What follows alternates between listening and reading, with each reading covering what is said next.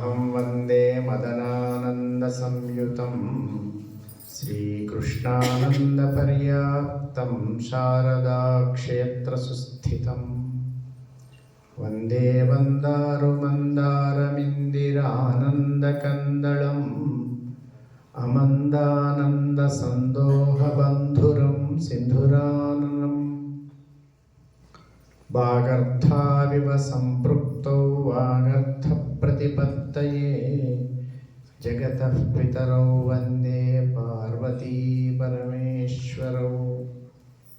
वागीशायस्य वदने लक्ष्मीर्यस्य च वक्षसि यस्यास्ते हृदये संवित् तं नृसिंहमहं भजे। ज्ञानानन्दमयं देवं निर्मलस्फटिकाकृतिम् आधारं सर्वविद्यानां हयग्रीवमुपास्महे।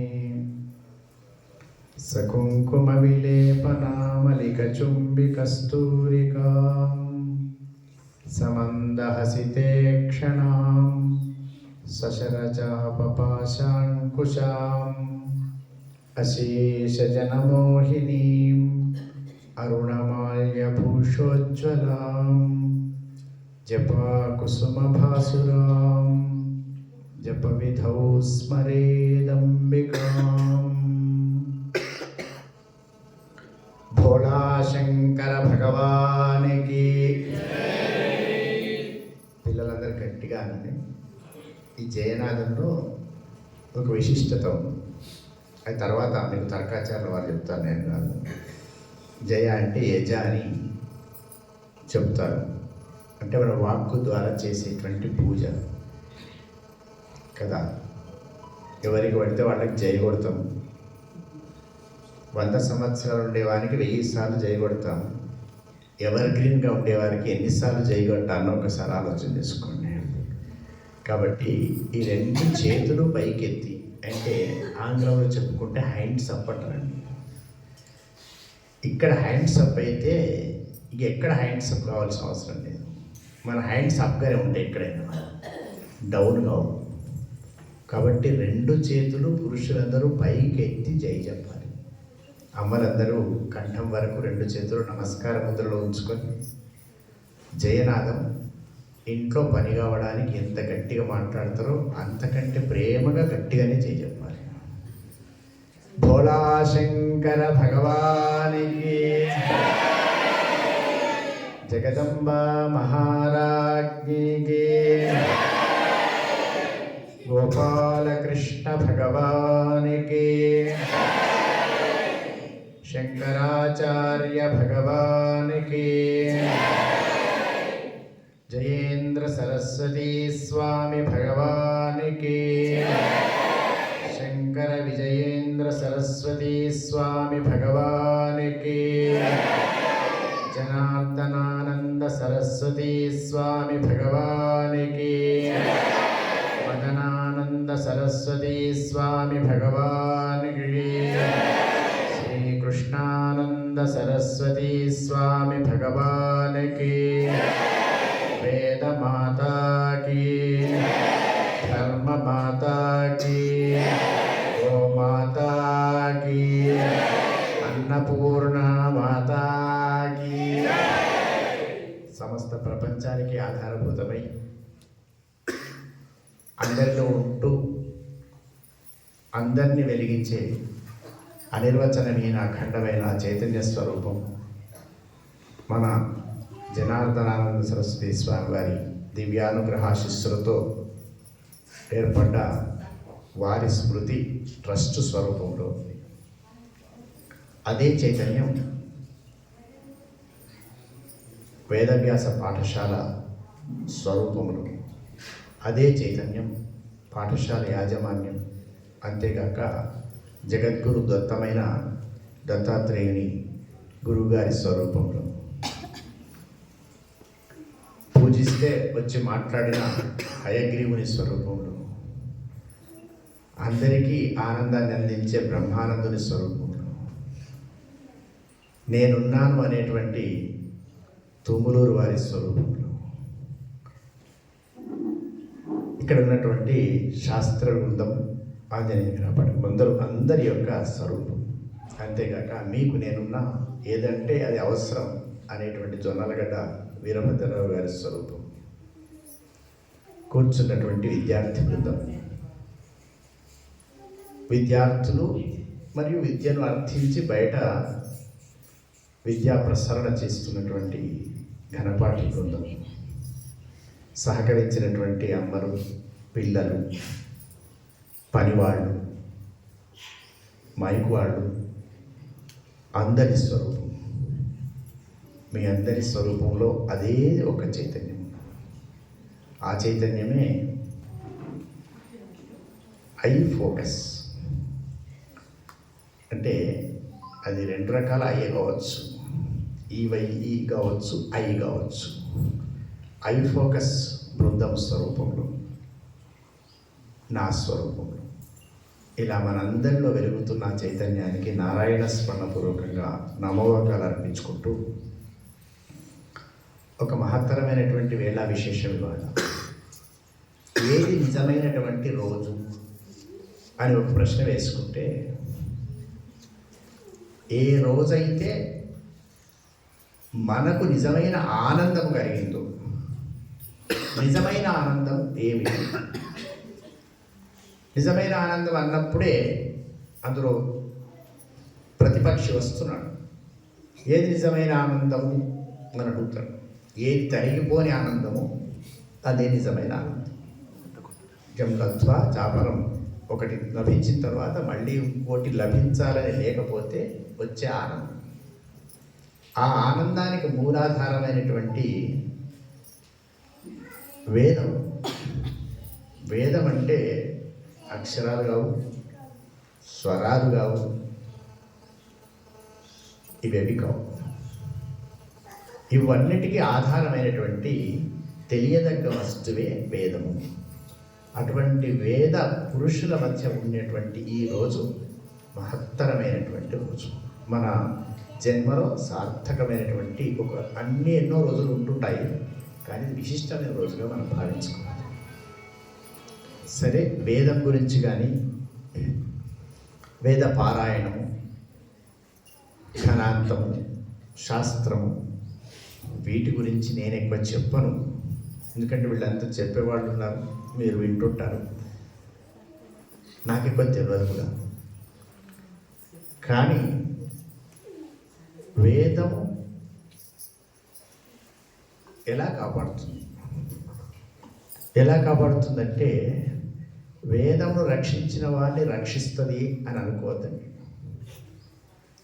వేదమును రక్షించే అధికారం ఎవరికీ లేదు. వేదమును అధ్యయనం చేసిన వాడిని మాత్రమే రక్షిస్తుంది. వేదాన్ని రక్షించడం కాదు, అధ్యయనం చేయాలి. అంటే చదువు, అధ్యయనం, ఈ రెండు పదాల మధ్య చాలా వ్యత్యాసం. అందుకే స్టడీ వేరు, రీడింగ్ వేరు. రీడింగ్ అంటే ఇక్కడి నుంచి వచ్చేసరికి అక్కడికి బస్సులో బోర్డు దగ్గర నుంచి సెలూన్ బోర్డు వరకు చదువుతాం. అది రీడింగ్. అది చదువు మాత్రమే. ఏదైతే హృదయస్ఫూర్తిగా మనస్సు పెట్టి చదువుతామో, ఆచరణ కోసం చదువుతామో, అది అధ్యయనం. అందుకే పూర్వకాలం నుంచి కూడా నువ్వు చదువుకున్నావా అనే పదం తక్కువ మన దగ్గర. నేను వేదం చదువుకున్నావా అంటే చిన్నగా చూస్తాం. వేదం ఏమంటాం? అధ్యయనం అంటాం. కాబట్టి వేదాన్ని అధ్యయనం చేయాలి. కానీ వేదాన్ని ఏం చదువుకుంటున్నాడని అడిగితే వేదాధ్యయనం చేస్తున్నాడని చెప్పగానే వేదం చదువుకుంటున్నాడని చెప్పొద్దు. చదువుకుంటే అది బుక్లోర్ కాదు. మనకు కావాల్సింది అంతస్థమైనటువంటి జ్ఞాన ప్రదీపం కావాలి, దీప్తం కావాలి. ఆ దీప్తం కావడం కోసం వేదం. దాన్ని ఎన్నో రకాలుగా మనం అభ్యసిస్తున్నాం. ఈ కాలంలో వేదం అంటే తెలియని వాడు కూడా లేడనుకోవాలి. ఎందుకంటే అదొక భాగం అయిపోయింది. తెలిసిన వాడు అసలే లేడనుకోవాలండి. వేదం గురించి పూర్తిగా తెలిసినవాడు అసలు లేడు. ఎందుకంటే ఆ వాల్మీకి రామాయణము వాసిష్ఠ రామాయణం రాసే ముందు వృత్తాంతం వస్తుంది, గురువుగారికి తెలుసు. వేద అధ్యయనం చేయాలంటే చాలా కష్టం. కానీ వేదం గురించి మాట్లాడడం ఎవరంటే వాళ్ళు మాట్లాడతారు. ఆయనకి ఏదైనా వేదం చదువుకున్నాడు, అధ్యయనం చేసినాడు అనడం. ఒక చదువుకోవడానికి అధ్యయనం చేయడానికి నిజంగా తేడా తెలిసిన వాళ్ళు వేదం గురించి మాట్లాడే మాట వేరు. విద్వానేవ విజానాతి విద్వజ్జన పరిశ్రమ. విద్వాంసులు మాత్రమే విద్వాంసులకు సంబంధించినటువంటి పరిశ్రమను గుర్తించండి. మన అందరి విద్వాంసులు కాదు కదా, అందరి విద్వాంసులు కాదు కాబట్టి వేదము ఎవరిని విద్వాంసునిగా చేయదలుచుకుంటుందో వాడిని మాత్రమే ఆశ్రయిస్తుందండి, ఇంకేమిటి. వేదం ఆశ్రయించిన వాడే అవుతాడు కానీ వేదాన్ని ఆశ్రయింపజేసుకున్నవాడు కాదు. ఎందుకంటే ఒక క్రమపాఠ్యం, ఒక క్రమాంతం చదువుకోవాలంటే నదేవాంశో అన్నదాత అని చెప్పుకున్న శ్లోకంలో నా రుద్ర క్రమపాఠిన, రుద్రాంశ ఉంటేనే క్రమపాఠి అవుతారు. అంటే క్రమపాఠులు అంటే ఘనపాఠి అంటే క్రమపాఠి అయిన తర్వాత కదా. క్రమపాఠి అయిందంటే రుద్రాంశ ఉన్నట్టే.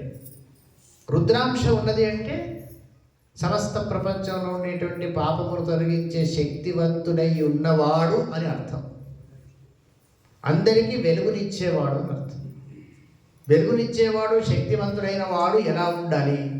తాను వెలుగుతూ ఉండాలి, వెలుగును పంచాలండి, ఇంతేమీ లేదు. వెలుగాలే పంచాలి. ఆ వెలుగుతూ పంచే విధానంలో అనేక రకాలైనటువంటి స్పీడ్ బ్రేకర్స్ వస్తాయి. మన యొక్క జీవన ప్రయాణంలో ఎట్టి పరిస్థితుల్లో కూడా గతిరోధకాలు లేకుండా జీవన ప్రయాణం ఉండదు. గతిరోధకం అంటే ఆంగ్లంలో చెప్పుకుంటే speed breaker. There is no journey without speed breaker, especially in our state అనుకుందాం. ఆ విధంగా ఆ స్పీడ్ బ్రేకర్లు ఎన్ని రకాలు ఉంటాయి మీరు ఒకసారి ఆలోచన చేసుకోండి. స్పీడ్ బ్రేకర్లు గతిరోధకాలు చెప్తున్నాను, ఇంగ్లీష్ వాడుకుంటాను ఇబ్బంది. ఎన్ని రకాలు ఉంటాయి చెప్పండి.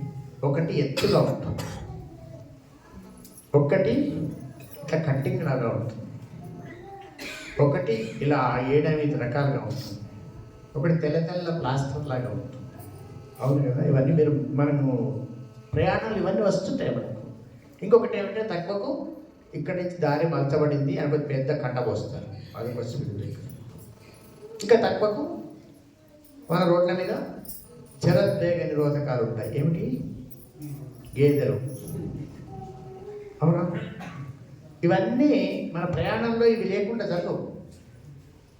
ప్రయాణానికి వెళ్ళేవాడు మా ఇంటి ముందు 2 స్పీడ్ బ్రేకర్లు ఉన్నాయి, అవి తీసేసిన తర్వాత వెళ్ళిపోతాను, లేదా మాకు ఇప్పుడు గేదె కనపడొద్దు అప్పుడే వెళతాను, మా తెల్ల ప్లాస్టర్ స్పీడ్ బ్రేకర్లు ఉండొద్దు అవి తర్వాత వెళ్ళిపోతాను అనుకుంటే వీడు వెళ్ళిపోతాడా? వీడు వెళ్ళిపోతాడు కానీ ప్రయాణం కాదు. కాబట్టి మన లక్ష్యం ఏమిటి? మన లక్ష్యము ప్రయాణం మీద ఉన్నప్పుడు ఆ గమనానికి కావలసిన అంశాలన్నీ మన వెంట ఉంటాయి. దాన్ని సాధించుకునేది అధ్యయనంలో వచ్చేటువంటి జ్ఞానం. డ్రైవింగ్ చేస్తున్నారు, సెల్ఫ్ డ్రైవింగ్ వేరు, డ్రైవర్ ఉన్న దాంట్లో కూర్చొని వెళ్ళడం వేరు. అది సెల్ఫ్ కార్ వేరు, స్వయంగా ఉన్నటువంటి కారు వేరు, పబ్లిక్ ట్రాన్స్పోర్ట్ వేరు. ఒక బస్సులో కూర్చున్నాం అనుకోండి, బస్సు డ్రైవర్ ఉన్నాడు అనుకోండి, ఆ డ్రైవర్కి ఎన్ని రకాలైనటువంటి ఇబ్బందులు ఉంటాయి ఒకసారి ఆలోచన చేసుకోండి. ఆ స్టీరింగ్ పట్టుకొని కూర్చుంటాడు, అప్పటి నుంచి మొదలైందండి కూర్చున్నవాడు. కానీ స్పీడ్ వెళ్ళిండు అనుకోండి, ఏమంటారు? వీడి ఇంట్లో చెప్పి వచ్చిండా స్పీడ్ పోయిండని ఒకటి అంటాడు. ఇంకొకరు ఆఫీస్కు టైం పోవాలి, వీడేమిరా అన్నం తిన్నాడా మందు తిన్నాడా ఇలా వెళ్ళిపోతున్నాడు, సన్నగా వెళ్తున్నాడు, నిద్రపోతున్నాడా అని ఒకటి అంటాడు. ఒక మంచిగా మామూలు బ్రేక్ వేసిందనుకో మనం చంపేసేటట్టున్నాడు అని ఒకటి అంటాడు. ఇలా రకరకాలుగా ఒకడు ఆపలేదంటాడు, ఒకడు ఆపిందంటాడు, ఒకడు పోయిందంటాడు. ఇవన్నీ అంటున్నా అవి వింటుంటాడు. దీంతో పాటు ఇంట్లో అన్నది జ్ఞాపకం వస్తాయి, ఇంటికి పోవాలని జ్ఞాపకం వస్తాయి, ముందు బ్రేకులు ముందు వచ్చే వెహికల్స్ కనిపిస్తుంటాయి, హారన్ వినొస్తుంది, వెనుక వాడు దాంట్లో కనపడుతుంటాడు, ఒకడు ఎదురు వస్తాడు, ఒకడు పక్కకు పోతాడు, ఒక గేదె వస్తుంది, ఇవన్నీ వస్తాయి మీ జర్నీలో. ఇవన్నీ వచ్చినప్పటికీ డ్రైవర్ పనేమిటి? లక్ష్య సాధన. చక్కగా స్టీరింగ్ మీదనే చెయ్యి ఉంటుంది, క్లచ్, గేరు, బ్రేకు ఎక్కడున్నాయో స్పష్టమైనటువంటి అవధానంలో ఉంటారు, గమ్యము చేరుతారు. అది మన అధ్యయనంలో తప్పనిసరిగా ఉండి తీరుతుంది. అయితేనే మనకు అధ్యయనం సులువుగా సాగింది అని ఎవరైనా చెబితే వాళ్ళు అధ్యయనం చేయలేదు అని నా తాత్పర్యం అండి, ఇంకేమీ లేదు. అధ్యయనం సులువుగా సాగదు. అధ్యయనం సులువుగా సాగింది అంటే వారు అధ్యయనం పట్ల అధ్యయనంగా లేరు అని అర్థం, దాని మీద ఏకాగ్రంగా లేరు అని అర్థం. అధ్యయనం కఠినంగానే ఉండాలి, దాని ఫలితం అత్యంత మనోహరంగా ఉంటుంది. ఆ అధ్యయన ఫలితాన్ని పొందాలంటే ఏమి చేయాలి అంటే మన యొక్క దృష్టి ఎక్కడ ఉండాలో అక్కడ ఉండాలి. ప్రపంచమంతా మార్చాలనేటువంటి దృష్టి మంచిదే, కానీ ఆ దృక్కోణాల్లో మనం ఏ విధంగా వ్యవహరించాలో ఆ విధంగా వ్యవహరించాలి. అంటే మనము మంచుకుంటూ ప్రపంచాన్ని మంచిగా చేయాలి. వారు చెప్పినారు అంటే భూమి ఉంది కదా, ఇప్పుడు మన శాస్త్రం, ఇప్పుడున్న శాస్త్రం ప్రకారం భూమి ఏం చేస్తుంది? తన చుట్టూ తాను తిరుగుతుంది. తన చుట్టూ తాను తిరుగుతూ ఎవరి చుట్టూ తిరుగుతుంది? సూర్యుని చుట్టూ తిరుగుతుంది. భూమి తన చుట్టూ తాను తిరుగుతూ సూర్యుని చుట్టూ తిరగవాలి. మనము నిత్యకర్మానుష్ఠాన అధ్యయనాలు చేసుకుంటూ ప్రపంచమును ఉద్ధరించవలెను. జ్ఞాపకం ఉంచుకోండి, తప్పకుండా ఆ విధంగా మన నిత్యకర్మానుష్ఠాన అధ్యయనాలు చేయకుండా నేను చెయ్యనండి మీరు చెయ్యండి అని చెప్పితే అది వృధా బోధన అవుతుంది. వాచా వేదాంతాలు ఎప్పుడూ వేస్ట్, అనుష్ఠాన ప్రక్రియనే బెస్ట్. కాబట్టి అనుష్ఠానానికి రావాలి. అనుష్ఠానం అంటే ఆచరణ. ఆ ఆచరణలో రకరకాలైనటువంటి ఇబ్బందులు ఉంటుంది. ఆచరణలో ఇబ్బంది లేదు. నేను వంట హాయిగా చేసినానండి అమ్మలు చెప్తే నేను నమ్మను. వంట హాయిగా ఎలా చేస్తారు? దానికి ఎన్నో ఇబ్బందులు ఉంటాయి. దాంట్లో ఉండి వంట చేసినాను, నేను ఇబ్బందిగా ఫీల్ కాలేదు అది చెప్పాలి. చెప్పవలసింది ఏమిటంటే నా హృదయం అక్కడ ఉంది కాబట్టి నాకు దానివల్ల శ్రమ కలగలేదు. హృదయం లేనప్పుడు శ్రమ అవుతుంది. పాఠశాలలో ఉండడం శ్రమనే, కూర్చోవడం శ్రమనే, వినడము శ్రమనే, చదువుకోవడం శ్రమనే, అన్ని శ్రమనే. ఎప్పుడు? ఇష్టము లేనప్పుడు. ఇష్టం ఉన్నప్పుడు ఎంత కష్టమైనా అది ఇష్టమే అవుతుంది. ఇష్టము లేనప్పుడు ఎంత ఇష్టముది పెట్టినా అది కష్టమే అవుతుంది. కాబట్టి ఇష్టానిష్ట ప్రక్రియలో ఇష్టమును కల్పించుకునే విధానాన్ని మనం ఎంచుకోవాలి. ఇష్టమును కల్పించే విధానము మొదలు కష్టం ఉంటుంది. తప్పనిసరిగా కష్టము లేకుండా ఇష్టమును మనం ప్రాప్తింప చేయాలి. ఇప్పుడు వీళ్ళంతా పెద్దగా వేద పురుషులు ఉన్నారు, శాస్త్రాధ్యయనం చేసిన వారు ఉన్నారు, వేదం కోసం పరిశ్రమ చేసే వాళ్ళంతా విన్నాం. ఏం చేస్తారు అంటే సర్వం సమకూర్చి పెడతారు. గుర్రమును నీటి వద్ద వరకు తీసుకువెళ్ళచ్చు. తాగాల్సింది ఎవరు? గుర్రమే కదా నీళ్ళు తాగాల్సింది. బిల్డింగ్ కట్టించవచ్చు, ఏసీ పెట్టవచ్చు, అవసరమైతే ఏదన్నా చేయొచ్చు, కావాల్సినైతే కాళ్ళు ఒత్తవచ్చు, భోజనం కలిపి పెట్టవచ్చు, ఇవన్నీ చేయొచ్చు. చదువుకోవాల్సింది ఎవరు? అధ్యయనం చేయవలసింది ఎవరు? కాబట్టి ఎవరికి కావాలో వాడు చేయాలి. కాబట్టి అధ్యయనము చేయాలనేటువంటి ఆసక్తి కల్పించాల్సింది ఎవరు కాదు.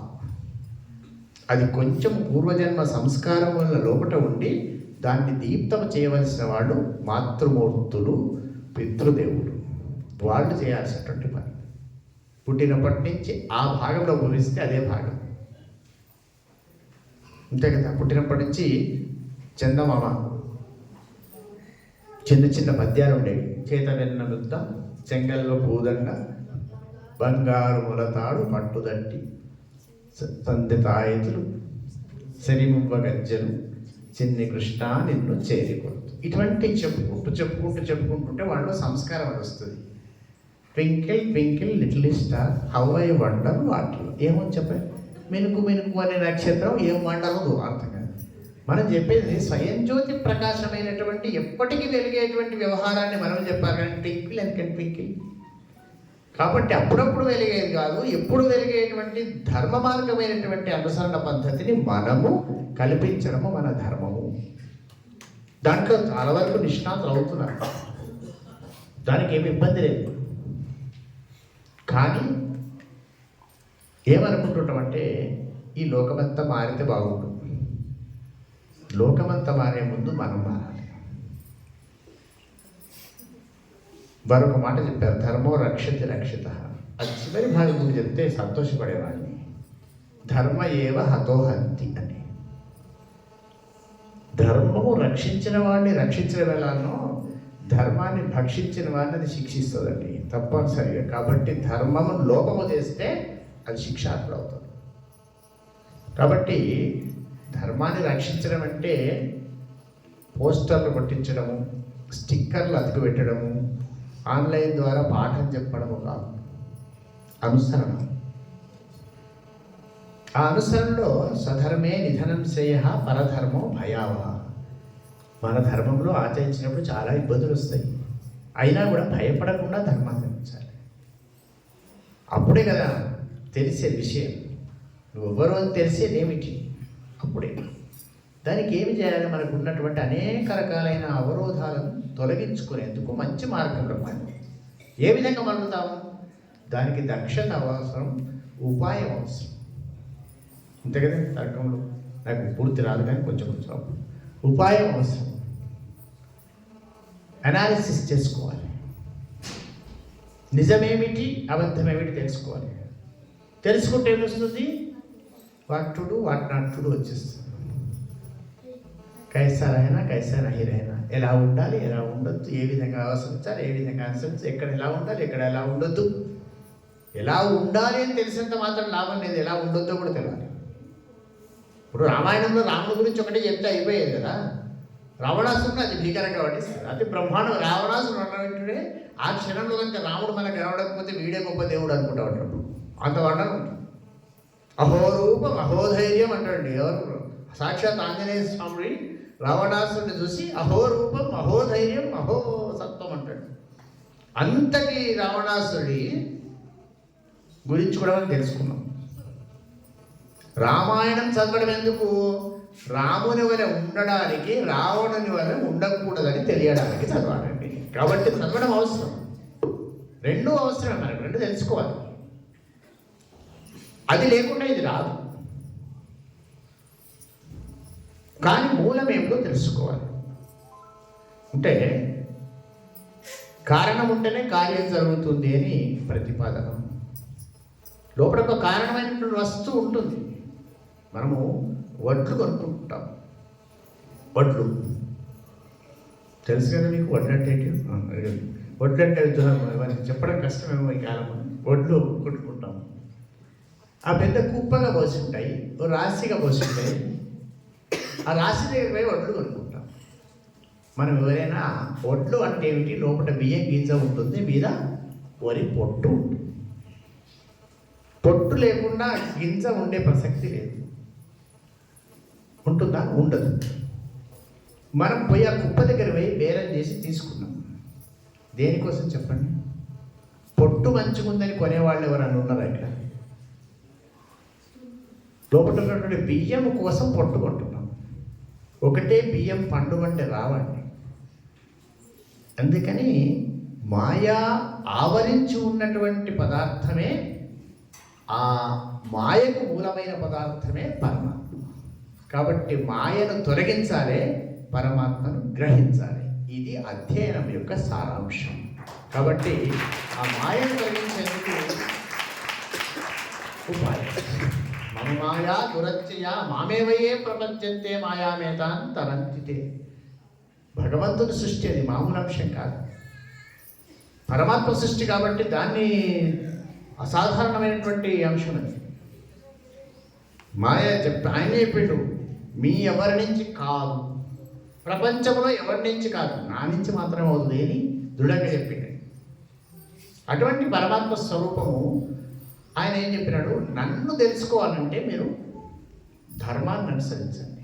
ధర్మము తెలుసుకోవాలంటే ఏ విధంగా ఉండాలని చెప్పాల్సింది శృతి మూలము అని చెప్పి, వేదమే మూలము అని చెప్పారు. సరే, అవన్నీ వారు చెప్తారని చెప్పారు కాబట్టి పిల్లల కోసం 2 మాటలు చెప్పుకుంటున్నాను. పిల్లలు అంటే వారు, వాళ్ళ ముందట నేను పిల్లవాడిని, నా ముందట మీరు పిల్లవాడిని, మీ ముందట వాళ్ళు పిల్లవాడిని, సమస్త ప్రపంచము పిల్లవాళ్ళే, ఇంకేమీ లేదండి. సమస్తము జ్ఞానం కోసం నిరంతరం శ్రమించేవాళ్ళమే. భగవాన్ ఆదిశంకరుల వారిని ఒకసారి వారి శిష్య పరంపర, శిష్యులు ఉంటారు కదా చుట్టూ, ఇప్పటిదాకా వీళ్ళంతా దాదాపు శిష్యప్రాయులు. ఎవరు? మన హయగ్రీవ శర్మ గారు కానీ, బ్రహ్మానంద శర్మ గారు కానీ, వీళ్ళంతా మాట్లాడారు, చెట్టెక్కిస్తారు. అట్లా శిష్యులు అంటే వాళ్ళ గురువు గారిని ప్రేజ్ చేస్తే వాళ్ళకు సంతోషం. దాంట్లో అబద్ధాలు ఏమి ఉండకపోవచ్చు, నిజాలు ఉన్నాయో అబద్ధాలనే తర్వాత, కానీ వాళ్ళ సంతోషం కోసం ప్రేజ్ చేస్తారు. అది యాక్సెప్ట్ చేయొచ్చు, చేయకపోవచ్చు. శంకరాచార్య వారు తన శిష్యుల వారితో కలిసి వెళ్తున్నారట. వెళుతూ ఉంటే ఆ శిష్యుల చుట్టూ, స్వామి, ప్రపంచంలో మీ అంత జ్ఞానవంతులు ఎవరైనా ఉన్నారా? ఈ మీతో సమానమైనటువంటి ఈ ప్రపంచంలో జ్ఞానం లేనేలేదు, మీరే మొత్తం మీకు తెలుసు అన్నారండి. శంకరాచార్యులు వారు అనుకున్నారు, నా సంగతి ఏమో కానీ నాకు ఇంత గురువు దొరికినారు కదా అని వాళ్ళకి అహంకారం వస్తున్నదని శంకరాచార్యుల వాదనండి. గురువుకి అహంకారం తక్కువ ఉంటుంది, శిష్యునికి అహంకారం ఎక్కువ ఉంటుంది. మా గురువు గొప్పవాడారే, గురువుకు ఉండదు, శిష్యునికి ఉంటుంది. కాబట్టి అప్పుడు ఆ శంకరుల వారు ఆలోచన చేసి వీళ్ళకి వెళ్ళినా మొదలే గురువుగారు ఏం చేస్తారంటే మొలకంగానే కట్ చేస్తారు, అయితేనే గురువు అవుతారు. గురువు అంటే అంధకారమును తొలగించేవాడు. అంటే అంధకారం అంటే అంధకారంలో పోయి పడ్డాక వాడికి అంతా మసి పట్టిన తర్వాత కడిగేవాడు కాదు, మసిలోకి వెళుతుంటేనే దూరం చేసేవాడు గురువు గారు. వెళ్ళనియడు. అక్కడ కఠినంగానే ఉంటుంది, వాక్కు కఠినమే ఉంటుంది, క్రియా కఠినం ఉంటుంది, అన్ని కఠినమే ఉంటుంది అక్కడ. ఆ శంకరుల వారు ఆలోచిస్తారు, వీళ్ళేంటి దానిలో పొగుడుతున్నారు అనుకొని కొంచెం దూరం వెళ్ళి సముద్ర తీరంలో కూర్చొని ఆ పాఠం ఈ పాఠం మాటలు మాట్లాడుకుంటూ అక్కడ ఒక చిన్న తృణం గడ్డిపోచ కనపడింది. ఆ గడ్డిపోచ తీసుకురమ్మన్నారు. తెచ్చిన ఇది నీళ్ళలో ముంచుకరా, ఆ నీళ్ళలో గడ్డిపోచను ముంచారు. తీసుకురా తెచ్చు. ఎవరైతే పొగిడాడో వాడిని పిలిచాడు, బాబు ఈ గడ్డి మీద ఏమున్నవి? ఏమున్నది స్వామి? నీళ్ళు, తడి, అంతే కదా, తడి ఉంది అంతే కదా. సముద్రంలో ఏమున్నవి? సముద్రంలో నీళ్లు, అవి ఎట్లా ఉంటాయి? తడి. అంతే. సముద్రంలో నీళ్లు ఉన్నవి, గడ్డిపోచ మీద ఉన్నాయి. సమస్త ప్రపంచంలో ఉన్న జ్ఞానం సముద్రం అయితే నాకు అంటింది గడ్డిపోచ మీద తడిలాంటిది అని చెప్పిందండి. ఇది శంకరుడు. కాబట్టి అనంతమైన నాకు మొత్తం వచ్చింది అని ఎవరైనా అనుకుంటే ఏమి రానట్టు లెక్క. నాకు ఎవరైనా చూసి నాకు దేవుడు ప్రత్యక్షమయ్యిండు అని చెప్పిండు అనుకోండి, మొత్తం అబద్ధం చెప్పినట్టండి. ఇంకా దేవుడు ఎక్కడ ప్రత్యక్షమవుతాడు? మీరు చెప్తారు విశ్వతశ్చక్షు,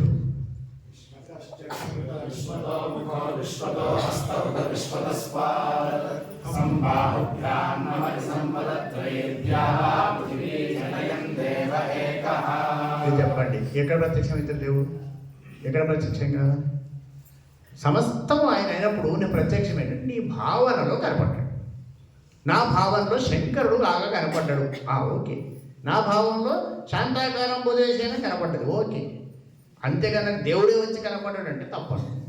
దేవుడు కనపడే వ్యవహారం కాదు, నిరాకార నిర్వికార నిశ్చల అఖండ అద్వైత స్వరూపం పరమాత్మ. కాబట్టి ఆయన నీ కోసం ఒక గుణాన్ని ఆశ్రయించి వచ్చి నీ భావన ద్వారా, ఏమి భావన అంటే వికారో మానసో భావ, నీ మనస్సులో కట్టినటువంటి ఒక చిన్న మార్పు వల్ల నువ్వు ఊహిస్తున్నటువంటి ఆ పరమాత్మ చైతన్యం ఈ విధంగా కనపడితే బాగుండు అని నువ్వు అనుకున్నావు అంటే అట్లా కనపడుతుంది.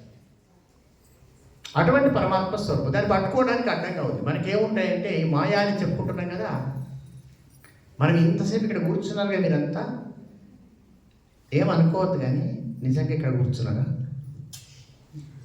అమ్మరు నిజంగా కూర్చున్నారు చెప్పండి. కూర్చోలేదు, కూర్చున్నాను నాతో సహా. ఎప్పుడు అయిపోతుంది తర్వాత కార్యక్రమానికి పోవాలని నేను ఆలోచన చేస్తున్నాను. నేను 9:30కి పోతాను, 11 అయిపోతుంది, 11:30 అయిపోతుంది, 12 అవుతుంది, ఆలోచన వచ్చేసి. ఇవాళ ప్రతిపాదనే కాబట్టి పెద్ద పాఠాలకు ఇబ్బంది లేదు, కానీ బట్టలు ఉతుక్కునే ఉన్నాయి. మాకు ఉన్న ఒక అన్నధ్యానం ఈ స్వామి వచ్చి కొట్టేస్తుంది కానీ వాళ్ళు ఆలోచిస్తారు. విశ్రాంతి తీసుకుందామనుకున్నాం, పాఠం లేదు కదా అని గురువులు ఆలోచన చేస్తున్నారు. ఏదో 4 మాటలు వినిపోదామని వస్తే పూజ చేసి కూర్చోబెట్టి కథలు ఇస్తారని జైవిరావు ఆలోచన చేస్తున్నాను. ఇలా రకరకాల ఇప్పుడు సాయనాశ్రమం కాదు, తర్వాత కార్యక్రమం స్మారక సభల గురించి మాట్లాడుకోవాలనుకుంటే ఈ స్వామి ఎప్పుడు పోతారో మేము కూర్చున్నాం అనుకుంటే వారం. బ్రహ్మాశ్రమం ఏమనుకుంటారంటే స్వామి పిలిస్తే 9:30 అయినా 11:30 అయినా సపోర్ట్ చేస్తారని ఆయన అనుకుంటున్నాం. ఇలా రకరకాల ఇప్పుడు ఇంతమంది ఇన్ని రకాలు అనుకుంటే అవి ఇక్కడ ఉన్నవాళ్ళు ఎవరు? కాబట్టి మనము ఇక్కడ ఉన్నంత మాత్రాన కాదు, మనమున్నా మనం ఇక్కడ ఉంటే మనం ఉన్నట్టండి. మనము లేక మనం లేనట్టే. మన మనస్సు ఇక్కడ ఉండాలి. ఆ మనస్సును ఆకర్షించే విధానమే అధ్యయనం. మనస్సును లాగిపట్టే విధానం అధ్యయనం. ఏకాగ్రంగా ఉంటుంది.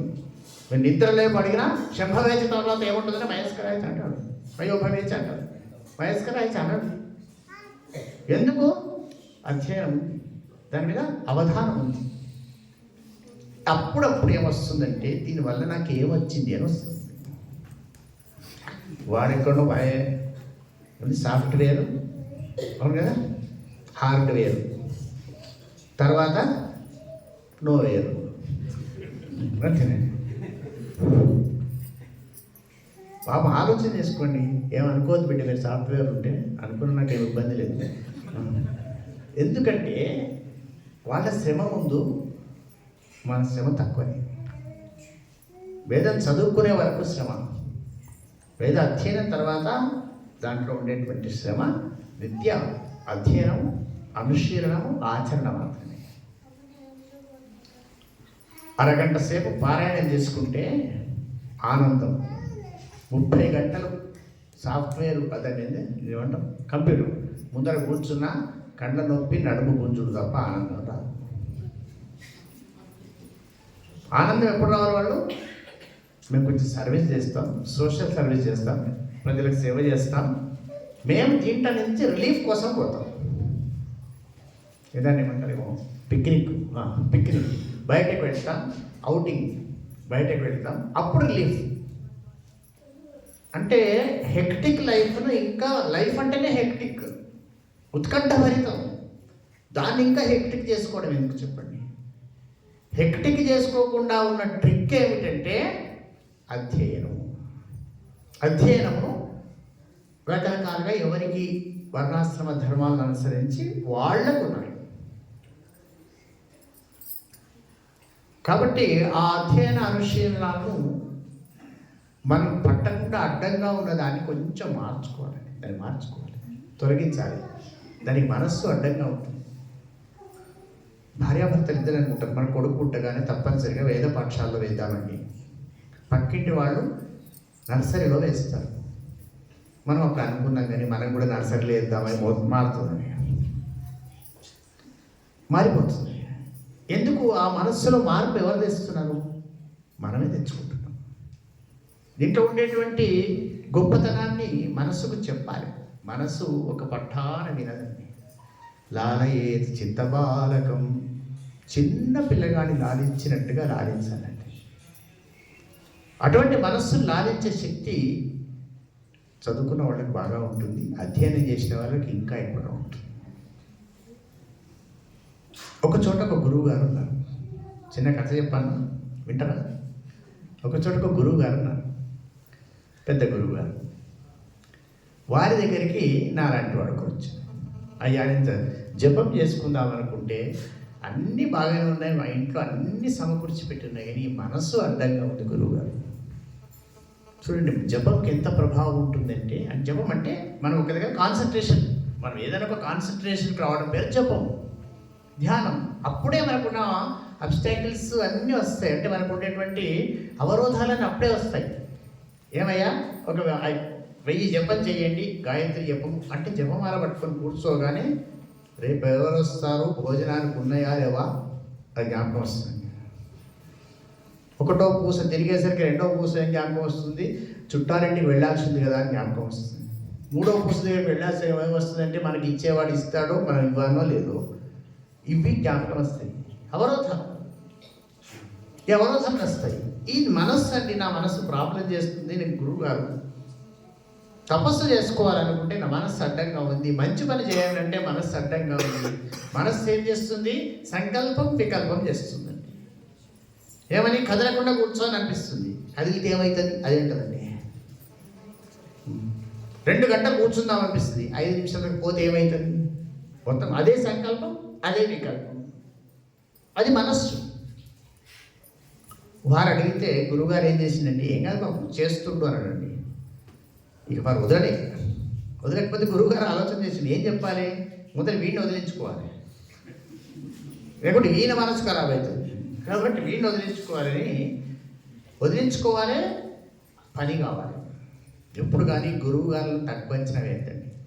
గురువు అంటే ఎవరో కాదు, గురువు అంటే ఎట్టి పరిస్థితుల్లో శిష్యునికి బరువు కానివాడు గురువు అండి, ఇంకేమి లేదు.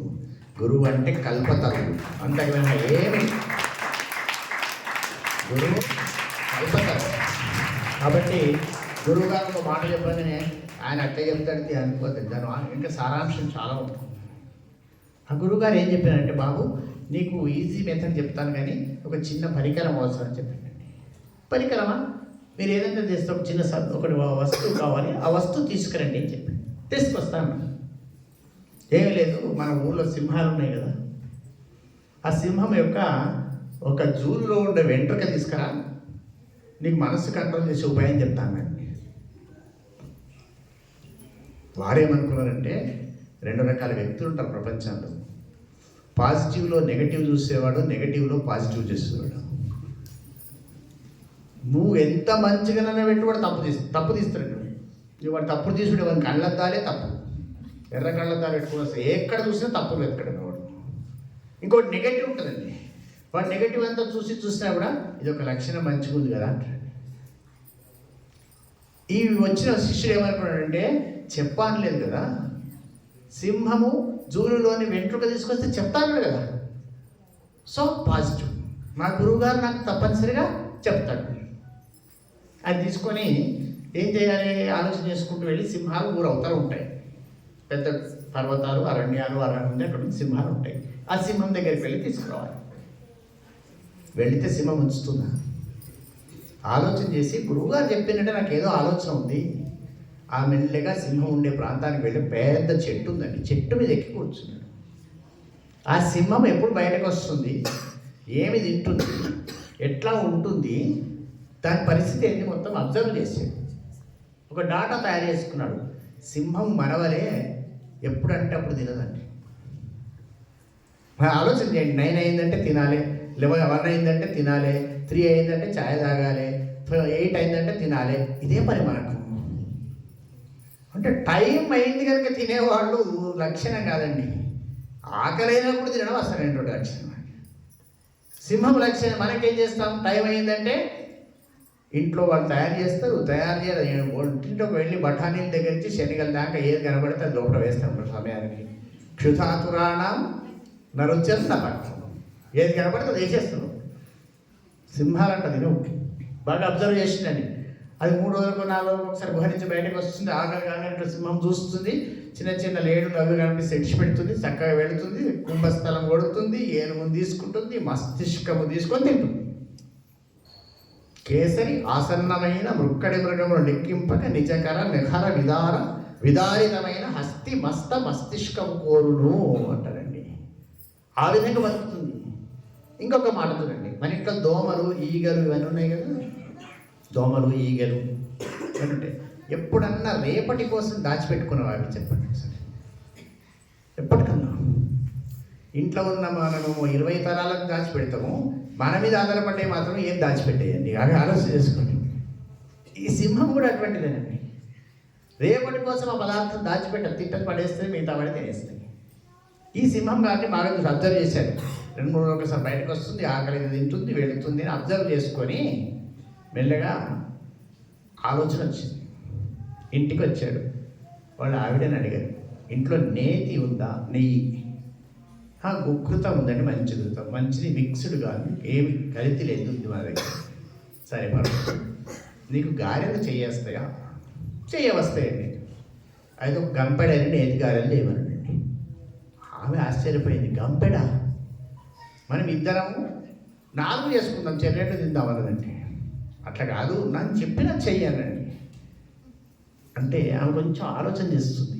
ఈ గంపెడు నేతి గారెలు ఈయనేం చేసుకుంటాడు అనుకొని కొంచెం వెనుక ముందంటే, మీ అమ్మలందరికీ తెలుసు, ఇంట్లో పురుషులు మాట్లాడే మాట ఒకటి ఉంటుంది. ఏముంటుంది? కొంచెం మీరు పనిలో వెనుక ముందు చేసి ఖర్చు పెట్టడంలో కొంచెం వేసేస్తే మీ తల్లి గారింటికి తేలేదు కదా అంటాడు, నేనే తెచ్చిన కదా అను మాట పడేస్తాను. ఈ భయానికి మా తల్లి గారిని అంటున్నారు, ఆయన ఖర్చు పెడతాను లేని తయారు చేస్తారు. ఆమె కూడా అంతే అనుకుంటుంది. ఆ గంపెడని నేతి గారెలు తయారు చేసి ఆ గారెలు తీసుకున్నాడు. ఎవరిని స్మరిస్తున్నాడు? గురువు గారు. గురునామస్మరణ చేసుకుంటూ వెళ్ళాడు. ఆ గారెల గంప తీసుకువెళ్ళి గుహ ముందర పెట్టినాడు. మర్రి చెట్టు ఎక్కి మీద కూర్చున్నాడు. ఆ రోజు భోజనానికి రావాలని సింహం బయటకు వస్తుంది. ఆకలి అవుతుంది, గబగబ బయటకు వస్తుంటే గుమ్మున వాసన వచ్చిందండి. అదే వెరైటీ ఫుడ్ ఉంది అనుకున్నదండి. ఈ వెరైటీ ఫుడ్ ఉంది, ఆల్రెడీ ప్రిపేర్డ్ ఫాస్ట్ ఫుడ్, కానీ మనలాంటి వేస్ట్ ఫుడ్ కాదండి, బెస్ట్ ఫుడ్ అది. అమాంతం చూసుకొని అటు ఇటు చూసింది, ఎవరు పెట్టిండ్రు, అయినా సరే ఇది ఏందో చూద్దాం అనుకొని ఒకటి తిన్నదండి. చాలా బాగా అనిపించింది. గంపెడు తిన్నది, బ్రేవ్ అన్నది లోపల వైపు అన్నదండి. 1వ రోజు 2వ గంప, 3వ గంప, 4వ గంప పెడుతున్నాడు, తింటున్నాడు. కొన్ని రోజుల తర్వాత ఏం చేసిందంటే ఆ గంప కొంచెం దూరం పెట్టింది. అది వెతుక్కుంటూ అక్కడికి వచ్చింది. ఆ తర్వాతగా మెల్లగా గంప పట్టుకొని రవ్వడండి వచ్చి గారెలు తిన్నది. వీడిని ఏమనలేదు. 3వ రోజు ఏం చేసిండు, వెళ్ళిన తర్వాత గంపల నుంచి గారె తీసి దాన్ని నోటి కట్టించింది. అది తినడం ప్రారంభం చేసింది. దోస్తాను ఏర్పడ్డాడు. మెల్లగా గంప తీసి గారెలు తీస్తున్నాడు, అందిస్తున్నాడు. ఆ గారె తినే మహిమలో ఉంటే వెంట్రుక విక్కున్నాడు. ఇది కావాల్సింది ఏమిటి? సింహం గారెలు తినడం కాదు, జూలులోని వెంట్రుక తీసుకున్నాడు. పలాయ నుంచి తగ్గించిండు. ఎక్కడికి? గురుగారు దగ్గరికి. గురుగారు సింహం వెంట్రుక తెచ్చిన. ఇక చెప్పండి మనసు ఎట్లా కంట్రోల్ కావాలి? అప్పుడు గురువుగారు అన్నాడు, నీకు వచ్చేసింది బిడ్డ.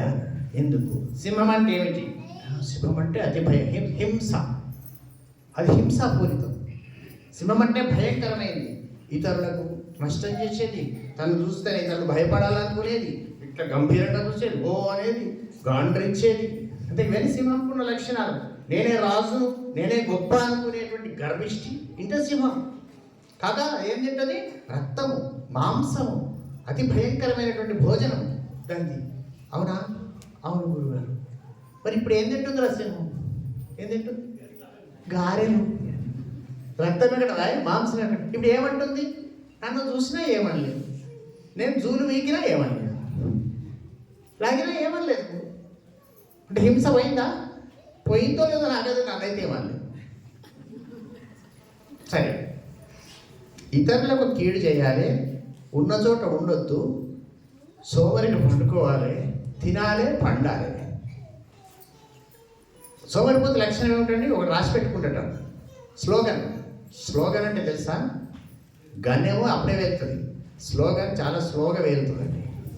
చాలా వాడు ఏమి రాసి పెట్టుకుంటు? సోమరిపోతూ తినగానే పండవలేదు, లేవగానే తినవలేదు. వాడి సూత్రం అదే. తినగానే పండవలేము, లేవగానే తినవాలి. ఇక వాడి టైం ఎక్కడ చెప్పండి. అటువంటి సింహం అని తిండి కోసం బయటకు వస్తుంది, కనపడ్డ వాటిని, మృగాలను, వాటిని వేటాడుతుంటే తింటది, మళ్ళీ పంటది, మళ్ళీ ఆకలేనప్పుడు వస్తుంది, తింటది, పంటది. అంత సోమరిపోతూ, అంత హింసా ప్రవృత్తి, అంతటి భయంకరమైన దాన్ని నువ్వు నేతిగానలు పెట్టి మార్చుకున్నావా లేదా? సింహానికి నీ మనస్సుకు వ్యత్యాసం లేదు బిడ్డ. సింహానికి నేతిగారెలు పెట్టి ఎలా మార్చుకున్నావో నీ మనస్సు కూడా భగవన్నామ స్మరణను పెట్టి మార్చేసి పరమాత్మ యొక్క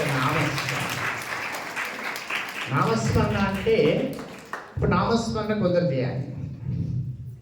ఇప్పుడు మంచి వేదాధ్యయన శిష్టులు ఉన్నారు మీరు. ఇక స్వామి గారు చెప్పింది కదా, రేపటి సంధ్యావందనం బంద్ చేసి నామస్మరణ చేస్తే అంటే పాపం వస్తుంది. మీరు నిత్యకర్మానుష్ఠాన శీలురై రెస్ట్ టైంలో నామస్మరణ చేయాలి. వాళ్ళను నిత్యకర్మానుష్ఠానము చేయిస్తూ వాళ్ళకి సహకారం చేస్తూ మీరు నామస్మరణ చేయాలి. వీళ్ళందరికీ సహకారం చేస్తూ మీరు నామస్మరణ చేయాలి. అది ధర్మం. కాబట్టి నామస్మరణ ఒక్కటి చేసినంత మాత్రాన కాదు, నిత్యకర్మానుష్ఠానము చేసుకుంటూ నామస్మరణ చేయాలి. అయిపోయింది, దొరికింది, నాకు ఉపాయం దొరికింది, ఇంటికి వెళ్ళిపోయింది. మావారి వాళ్ళ గాలిలు చేయమంటలేదు, నేను సంతోషపడ్డానండి. లోపలికి వెళ్ళినాడు, మన పని అయిపోయింది. గురుగారు చెప్పేసిండు, ఇప్పటి నుంచి మనం ఏం చేయాలి? ఏం చేయాలంటే శ్రీమాత్రే నమః అనండి ఒకసారి. శ్రీమాత్రే నమః. ఇక మొదలుపెట్టిండండి నామస్మరణ. ఆమె అనుకున్నది పర్వాలేదు, నేతిగారుడు అయితే తప్పినాయి. శేషుడిదంతా ఎందుకో తెలుస్తలేదు, ఆరోగ్యం ఖరాబ్ అయిందా, ఈయనకి ఏమైంది తెలుస్తలేదు. మొత్తం వచ్చినప్పటి నుంచి నామస్మరణలో పడిపోయాడు. నువ్వు కూడా చేయమంటున్నాడు. ఆ రోజంతా గడిచిపోయింది. పొద్దున్న లేవగానే కళ్ళాపి చల్లడానికి డోర్ తీసింది. ముందర ఎవరున్నారు? ఎవరున్నారండి? వచ్చి పండుకున్నది. పడుకుంటే మాత్రం డోర్ పెట్టేసి, ఏమండి ఎంత పని అయిపోయింది, మన శ్రీమాత్రే నమః ఏందో తెలియదు కానీ సింహం వచ్చి మన ఇంటి ముందర వాళ్ళు భయంకరంగా ఉందండి అంటే, ఏం కాదు అది మన సింహమే అన్నాడండి వీడు. అది మన సింహమే, అట్లా ఉంటుంది. నీకు భయం, నాకేం లేదు. ఎందుకు? ఆ సింహం సంగతి తెలుసా? నువ్వు గారెలు చేసినావు కదా, ఆ గారెలకు అలవాటు పడ్డ సింహం అది ఎవ్వరిని ఏమి చెయ్యదు అని చెప్పిండండి. కాబట్టి మన మనస్సును ఆ విధంగా కంట్రోల్ చేస్తాం. దానికి అక్షయశీలత ఇవన్నీ బాగా అవసరం. దీని గురించి నేను ఎక్కువ చెప్పాల్సిన అవసరం ఏం లేదు. మరి ఈరోజు చక్కగా మనం అందరం కలిసి ఈ విధంగా ఉండడం మా గురువుగారి యొక్క దివ్యమైనటువంటి కృపా కటాక్షాల వల్ల మాకు ప్రాప్తించింది. చాలా సంతోషంగా ఉంది. సంతోషమైన విషాదమైన నేను ఉంచుకోను. ఎప్పుడు వెంటనే నోటికి ఏది వస్తే అది చెప్పడమే. దాన్ని మళ్ళీ మామూలుగా డిలీట్ కాదు, హార్డ్ డిస్క్లో వచ్చి తీసేస్తాను. కాబట్టి లోపటి మొత్తం ఏమీ లేకుండా చేసేస్తాను. మన ఒక్కటే మొత్తం ఫార్మెట్ ఇంకేమీ అంటే మొత్తం అంటే ఒక్కటి సి పట్టుకొని బిడ్డ అన్ని రకాలైనటువంటి పదార్థాలకు మూల పదార్థాలు ఒకటి పట్టుకునేందుకే మన జీవన ప్రయాణం. బాగా జ్ఞాపకం ఉంచుకోండి. వాళ్ళ ఇంగ్లీష్లో ఫిజిక్స్ అనే సబ్జెక్ట్ ఉంటుంది. అందులో E=mc² అన్నట్టు ఉంటుంది. అంటే అందులో కాన్స్టెంట్ వాల్యూ ఉంటుంది, స్థిరమైనటువంటి విలువ పదార్థం ఉంటుంది. సి అంటే కాంతి వేగం. ఆ కాన్స్టెంట్ వాల్యూ ఒకటి ఉంటే మిగతా వాల్యూస్ అన్ని క్రియేట్ చేస్తుంది. కాబట్టి మనం కాన్స్టెంట్ వాల్యూ అయినటువంటి పరమాత్మ నమ్ముకుంటే అన్నీ క్రియేషన్ చేసుకోవచ్చు. కాబట్టి ఆ విధంగా మనం ఎదుగుదాం తెలియజేస్తూ మరి అందరి దివ్యమైనటువంటి ప్రేమ వర్షాల మధ్య భక్తులు, శిష్యులు, అనుచరగణం, అనుయాయగణం, సానుభూతిపరులు, విద్వాన్మూర్తులు అందరి యొక్క దివ్యమైన సహకారంతో మీరు చెప్పినట్టుగా విష్ణవే నమః ఒక 1000 కోట్లు, శివాభ్యాం నమః ఒక 1000 కోట్లు, దత్తాయ నమః 2,500 కోట్లు చేసి త్రియంబకేశ్వరంలో సమర్పణ చేసినాం. అదేవిధంగా ఇప్పుడు ఒక 1000 కోట్లు శ్రీమాత్రే నమః అనే జపం నడుస్తున్నది, అందరూ చేస్తున్నారు. నిన్నటి వరకు 334 కోట్లు పూర్తయినాయి. ఇదంతా సామాజికమైనటువంటి అమ్మవారి దయ అందరికి కలగాలనే అభిప్రాయం. అందరిలో ధర్మము తెలవని వాడు ఎవడు లేడు. ఆచరణశీలత రావాలనేదే నా యొక్క తపన. ఇక బ్రాహ్మణోత్తములందరూ కూడా ఆ పునంతు చెప్పు నాయన.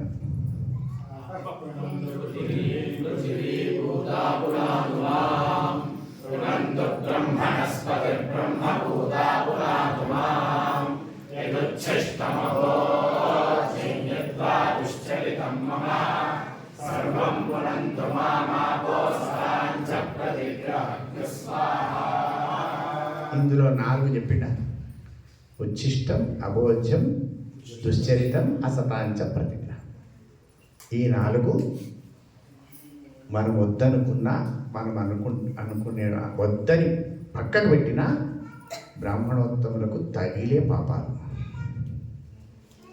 కాబట్టి భగవత్ ప్రేరణతో ఈ సంవత్సరం మా పరమగురువులైన మదనానంద స్వామి వారు శరీరం ఆవిర్భవించి 120వ సంవత్సరం విశ్వావసనామ సంవత్సరం వచ్చేది. వారికి ఇష్టమైన రుద్రము, దాంతోపాటు రుద్రం అనేక రకాలైన పాపాలను హరిస్తుంది అనేటువంటి శాస్త్రకారుల వచనం. విద్యారణ్య భాష్యంలో వారు రుద్ర భాష్యంలో అతి బ్రహ్మాండంగా దాని గురించి, రుద్రం గురించి చెప్పినటువంటి అంశాలను దృష్టిలో పెట్టుకొని కేవలము బ్రాహ్మణోత్తములు మాత్రమే కోటి రుద్రము చేసి పారాయణం మాత్రమే, కోటి రుద్ర పారాయణాలు వారు లోక కళ్యాణం కాదు. లోక కళ్యాణం అంటే కూడా స్వార్థమే, పరమాత్మ ప్రీతి కోసమే చేయాలి అని ఒక సంకల్పం చేసుకొని ప్రారంభం చేయడం జరిగింది. కోటి రుద్రములు, కోటి శ్రీ సూక్తం. శ్రీ సూక్తం ఎందుకంటే అలక్ష్మీర్మే నశ్యతు. అలక్ష్మి అంటే ఏదైతే ధర్మబద్ధము కాకుండా మన ఇంట్లో పడ్డ రూపాయి ఏది ఉందో అది అలక్ష్మి, ఏదైతే నశ్వరమైన లక్ష్మి ఉందో అది అలక్ష్మి. కాబట్టి ఆ లక్ష్మి పరిశుభ్రం కావడం కోసం కోటి రుద్రము, కోటి శ్రీ సూక్తం అనేటువంటి కార్యక్రమాన్ని అందరూ కలిసి ప్రారంభం చేసినారు.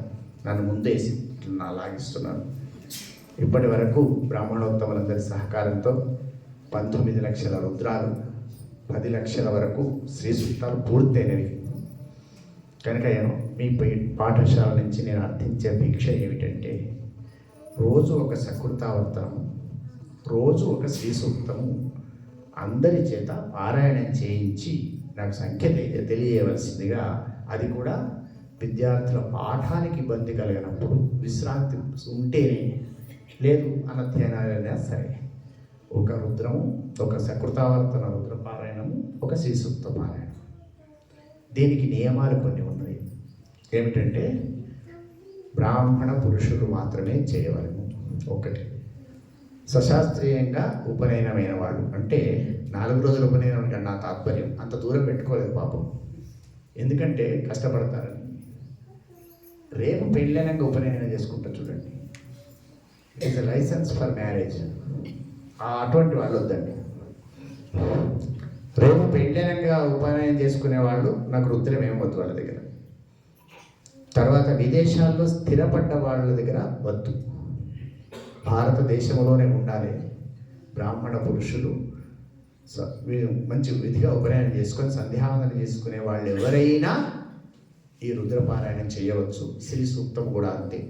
కాబట్టి ఆ విధంగా ఆ పారాయణాల్లో మీరందరూ పాల్పంచుకుంటారని ఆశిస్తూ, మరి వేద సభలు, స్మార్త సభలు, ఈ రెండింటిని కూడా నిస్వార్థంగా నిర్వహిస్తున్నటువంటి జనార్దనానంద సరస్వతి స్వామి స్మృతి ట్రస్ట్ వారికి అత్యంత వైభవంగా వేదవ్యాస పాఠశాలను అభివృద్ధి పథంలో పయనింపజేస్తున్నందుకు వారిని ప్రత్యేకంగా నేను అభినందించడం లేదు. ఎందుకంటే వారి కర్తవ్యం అది. ఎందుకంటే మనం ఒకరిని ఆశ్రయించినమంటే ఆశ్రయించిన వారి ఆశయాన్ని పూర్తి చేయడమే మన కర్తవ్యం. మల్లె తోటలోకి వెళితే మల్లెపూల వాసన రావాల్సిందే, పొగాకు తోటలో వెళితే పొగాకు వాసన రావాల్సిందే. జనార్దనానంద సరస్వతి స్వామి వారి యొక్క అనుయాయులుగా, అనుచర వర్గంగా, పూర్వాశ్రమ బంధువర్గంగా, అన్నిటికి మించి వేద పోష్య వర్గంగా వారి ఆశయాన్ని సాధన చేయించడమే మన కర్తవ్యం. కాబట్టి తప్పనిసరిగా ఆ కర్తవ్య దీక్షలో మనం ముందుగా ఆశీర్వదించాలని, మీ ధర్మనిష్ట ఇంకా పెరగాలని, ఆ ధర్మనిష్ట అభివృద్ధిలో ఏమి అవరోధాలు ఉండకూడదని, వచ్చినా లెక్క పెట్టకూడదని, మీకు ఆ శక్తిని ప్రసాదించాలని మా గురువు గారిని, మా పరమ గురువు గారిని పరమోత్తమ గురువు గారైనటువంటి జనార్దనానంద సరస్వతి స్వామి వారిని నారాయణ స్మరణపూర్వకంగా అర్థిస్తూ ఒకసారి నామస్మరణ చేసుకొని ముగించుకుందాం. శ్రీమాత్రే నమః. శ్రీమాత్రే నమః. శ్రీమాత్రే